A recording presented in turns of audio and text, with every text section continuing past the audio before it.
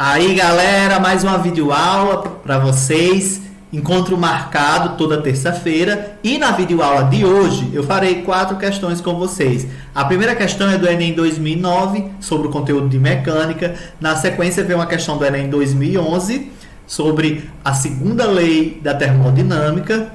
E para finalizar, uma questão do Enem 2018 sobre eletricidade.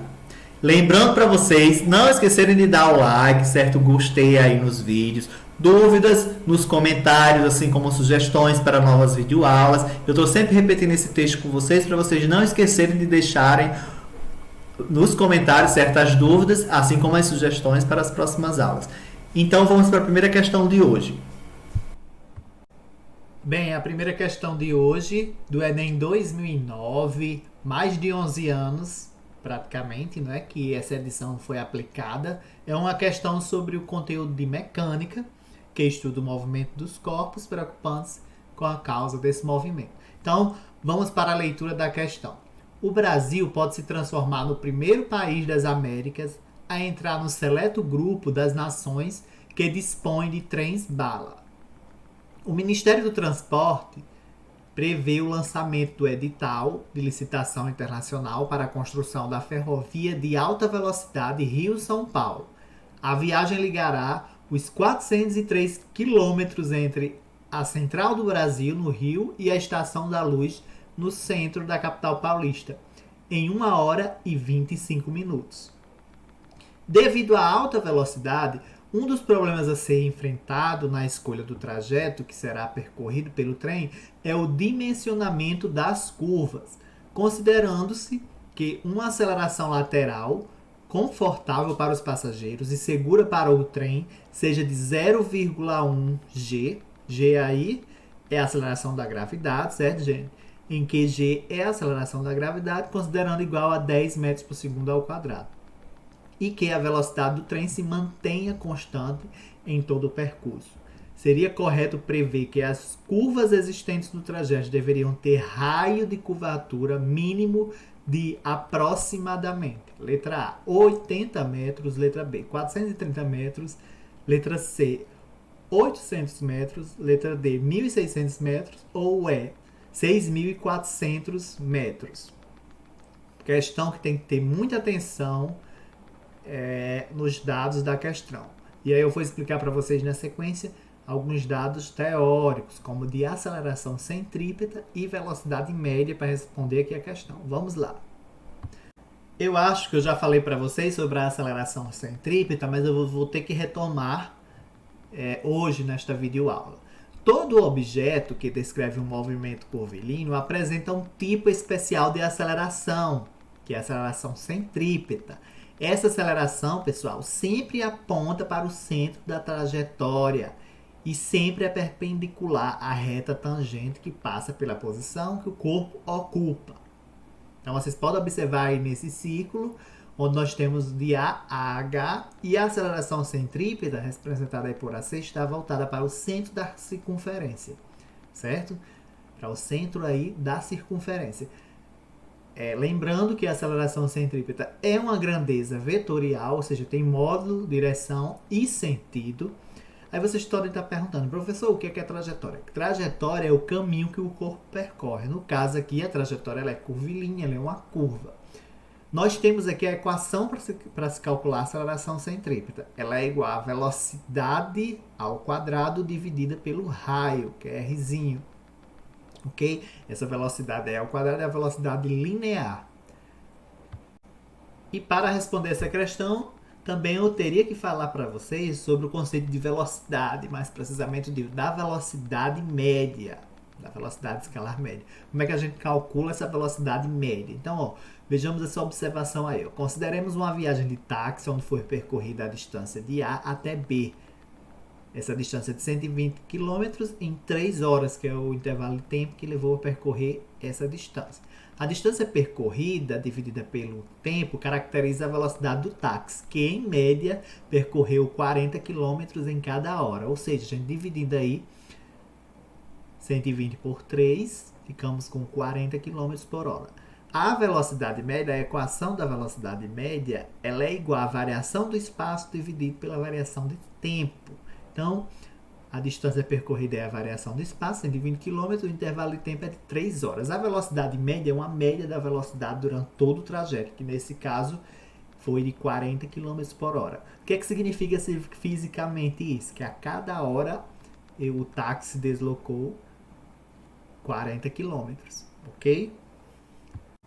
Como essa questão é uma questão prática que envolve raciocínio lógico, né, análise de dados, interpretação de dados, ok? A sua resolução ela também requer muita atenção. Primeiro, o que é que nós temos que definir, né? O que a questão está pedindo é justamente o raio da curvatura. Para a gente calcular esse raio da curvatura, nós vamos ter que utilizar a equação da aceleração centrípeta. Então, faremos o uso dessa equação, que a aceleração centrípeta é igual ao que? A velocidade ao quadrado dividida pelo raio. Mas, para isso, precisamos encontrar o valor do módulo da velocidade. Vejam o seguinte, ó, a variação de espaço aí foi 403 km. E o intervalo de tempo foi 1 hora mais 25 minutos. No caso, nós temos que passar esses 25 minutos para a hora. Somando com 1 hora, ficamos com 1,42 horas. E aí nós poderemos calcular o valor da velocidade média aí, que a velocidade vai ser igual a ΔS sobre ΔT. Então vamos dividir 403 por 1,42, ficamos com 283,8 km por hora. Lembrando que nós vamos ter que passar para metro por segundo, certo? E para transformar de km por hora para metro por segundo, nós dividimos por 3,6. Então, dividindo 283,8 por 3,6, ficamos com a velocidade, certo? De 78,8 metros por segundo. Calculada a velocidade, nós podemos agora encontrar o raio, né? O raio da curvatura. Tendo em vista que a aceleração centrípeta aí, ela é igual a 0,1 vezes g, que a questão já nos disse. A velocidade ao quadrado nós acabamos de encontrar e o raio é o que a questão está querendo saber. Sendo que g é igual a 10, então 0,1 vezes 10 é igual a 78,8 ao quadrado dividido por r. Fazendo as operações, chegaremos que R será igual a 6.209 metros. Como ele pede o valor aproximado, podemos dizer então que o valor mais próximo é de 6.400 metros. Resposta, letra E.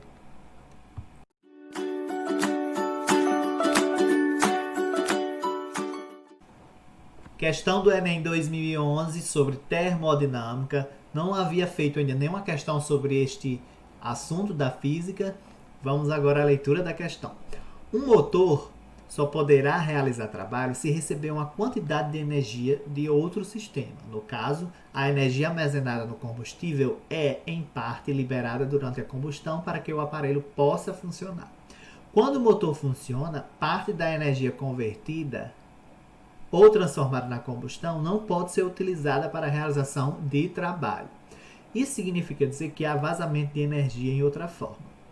De acordo com o texto, as transformações de energias que ocorreu durante o funcionamento do motor são decorrentes de, certo? As transformações de energia.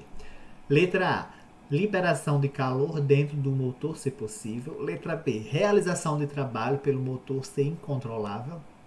Letra C, conversão integral de calor em trabalho ser impossível.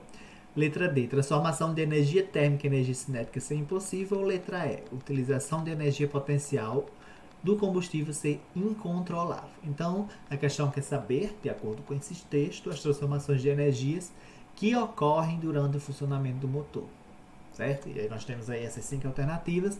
No entanto, vamos ter aqui que fazer algum estudo teórico sobre a termodinâmica. Vamos lá, galera!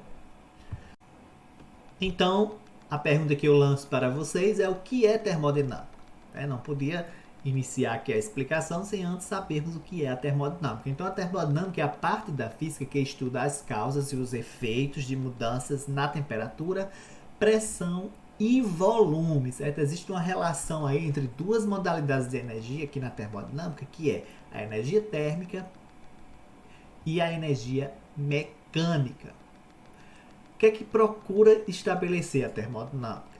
A termodinâmica ela procura estabelecer as condições de equilíbrio entre o sistema e o meio externo, relacionando as quantidades de calor trocadas e os trabalhos realizados durante o processo. ok? Bom, a primeira lei da termodinâmica ela é importante, apesar de não ser aplicada aqui diretamente à questão, mas eu vou falar para vocês sobre essa primeira lei. Ela corresponde, na verdade, ao princípio da conservação da energia. Assim, o calor fornecido ou retirado de um sistema resultará na realização do trabalho e na variação da energia interna do sistema. Que essa energia interna está relacionada à energia das moléculas, certo? Da agitação dessas moléculas e, consequentemente, da absorção ou liberação de calor. Então, essa quantidade de calor ela é igual ao trabalho, mas a variação da energia interna. Então, se nós quisermos calcular a variação da energia interna, ela vai ser igual à quantidade de calor menos o trabalho. A energia interna ela está diretamente relacionada à temperatura, certo? Tem que haver mudança de temperatura para observarmos aqui a variação da energia interna. Se não houver a variação de temperatura, então a variação da energia interna é nula. Tá, beleza? Vamos aqui seguir. Para responder a questão, na verdade, vocês tinham que saber da segunda lei da termodinâmica. Eu falei sobre a primeira porque ela é importante e eu ainda não havia falado em nenhuma videoaula. Então, os fenômenos naturais são irreversíveis, porque o calor gerado por eles nunca pode ser inteiramente reaproveitado em outra forma de energia. Então, a segunda lei da termodinâmica trata disso.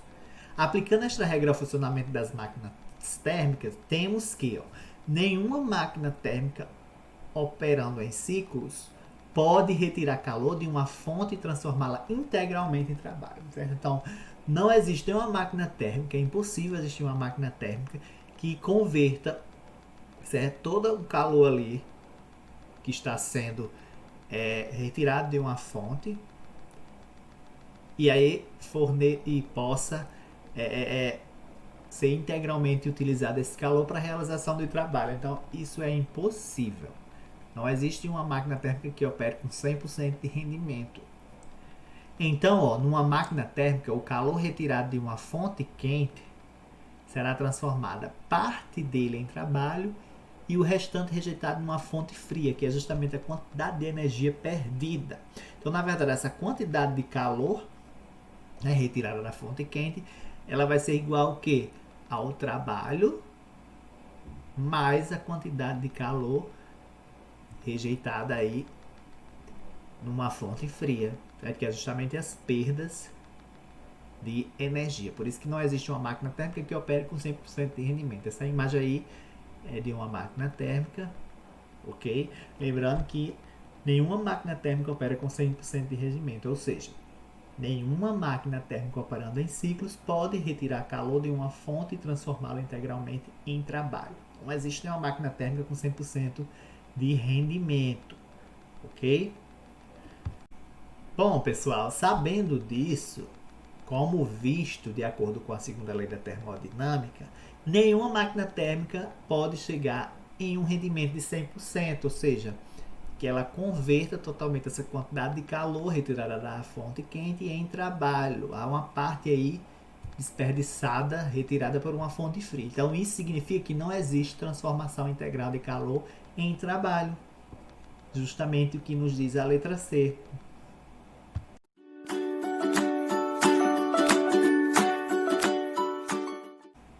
Enem 2018, questão sobre eletricidade. Vejamos aqui. Alguns peixes, como o poraquê, a enguia elétrica da Amazônia, podem produzir uma corrente elétrica quando se encontram em perigo. Um paraquê de 1 metro de comprimento em perigo produz uma corrente em torno de 2 amperes e uma voltagem de 600 volts. O equipamento elétrico que tem potência similar àquele produzido por esse peixe em perigo é o letra A, exaustor, letra B, computador, letra C, aspirador de pó, letra D, churrasqueira elétrica ou C, secadora de roupas. Então nós temos aí a potência aproximada. A questão quer saber o equipamento elétrico que tem potência similar àquela produzida pelo peixe poraquê. Vamos lá para um estudo teórico. Eu já falei em outra videoaula sobre a potência elétrica e para resolver essa questão nós vamos ter que relembrar. Potência elétrica ela é definida como a rapidez com que um trabalho é realizado, ou seja, é a medida do trabalho realizado por unidade de tempo. A unidade de potência no Sistema Internacional de Medidas é o watts.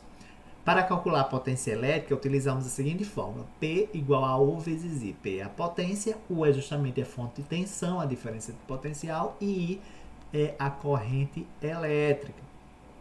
Para calcular a potência elétrica em um resistor, no caso, nós podemos usar a seguinte expressão: P igual a R vezes I ao quadrado. R é a resistência, que é em ohm, e I é a corrente elétrica em amperes. Usando a lei de Ohm, U igual a R vezes I, podemos substituir a corrente na expressão anterior e encontrar a potência em função da diferença de potencial e da resistência. Nesse caso, teremos P igual a U ao quadrado dividido por R. Lembrando que U aí é a DDP, a diferença de potencial, e R é a resistência. Vamos lá para a resolução agora da questão, já que sabemos, né, parte teórica sobre potência elétrica. Utilizaremos então a equação da potência P igual a U vezes I, aplicando aqui diretamente a equação da potência. Sabemos que P é igual ao quê? A diferença de potencial, que no caso a questão nos deu, que é 600 watts, e a corrente em amperes de 2 amperes. Multiplicando, ficamos com 1.200 watts. Essa potência ela equivale à potência consumida justamente pela churrasqueira elétrica. Ok, pessoal? Resposta letra A.